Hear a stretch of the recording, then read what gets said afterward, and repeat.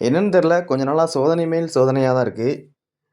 என்னன்னா, நம்ம second batch polar parrot price எல்லாத்தையுமே நம்ம இந்த ஆட்டம் வந்து ஃபுல்லாவே கிளாஸ் டேங்க்ல தான் போட்டு வச்சிருந்தோம்.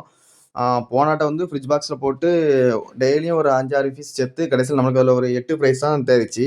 அதான் இந்த ஆட்டம் வந்து நல்லா உள்ள ஆக்ஸிஜன் குடுத்து உள்ள இன்டோர்ல கண்ணாடி கிளாஸ்லயே மெயின்டெயின் பண்ணணும்னு சொல்லி மெயின்டெயின் பண்ணிட்டு இருந்தேன். ஃபர்ஸ்ட்டு ஒரு 2 நாளுக்கு நல்லா தான் இருந்துச்சு. அதுக்கப்புறம் திருப்பியும் வேலைய காட்ட ஆரம்பிச்சுட்டு. என்னன்னா, நெறைய பிரைஸ் ஆக ஆரம்பிச்சுட்டு. மோஸ்ட்லி எல்லாமே பார்க்கறதுக்கு ஒயிட் கலர் போலார் பேட் தான் செத்த மாரி இருந்துச்சு. நான் அதுக்கப்புறவு எல்லாத்தையுமே நான் ஃப்ரிட்ஜ் பாக்ஸ்ல ஆட் பண்ணிட்டேன். அதாவது கிட்டத்தட்ட பாதி ஆட் பண்ணியிருப்பேன். பாதி கிளாஸ் டேங்க்ல இருந்துச்சு. அதுக்கப்புறவு அப்ப நல்லா போயிட்டு இருந்த மாரி இருந்துச்சு. உடனே எல்லாத்தையுமே ஃப்ரிட்ஜ் பாக்ஸ்க்கு ஆட் பண்ணிட்டேன். ஃப்ரிட்ஜ் பாக்ஸ்ல ஆட் பண்ணதுக்கப்புறம் ஒரு 2 நாள் நல்லா இருந்துச்சு. அதுக்கப்புறம் பார்த்தா ஒவ்வொரு பிரைஸா இங்கேயும் சாக ஆரம்பிச்சுட்டு. வீடியோல பார்க்கறதுக்கே தெரியும். ஒண்ணு வந்து உயிருக்கு போராடிட்டு இருந்துச்சு. அத எடுத்து நான் ஏரேஷன்லாம் குடுத்து மெயின்டெயின் பண்ணி பார்த்தேன். அதையும் காப்பாத்த முடியல.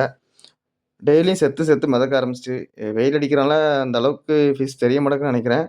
ஆனா மோஸ்ட்லி எல்லாமே white colour polar parrot price மட்டும் தான் செத்துட்டு இருக்கு. அதுதான் சைஸும் கொஞ்சம் சின்னதா இருந்துச்சு. அ என்ன ரீசன்னே தெர்ல.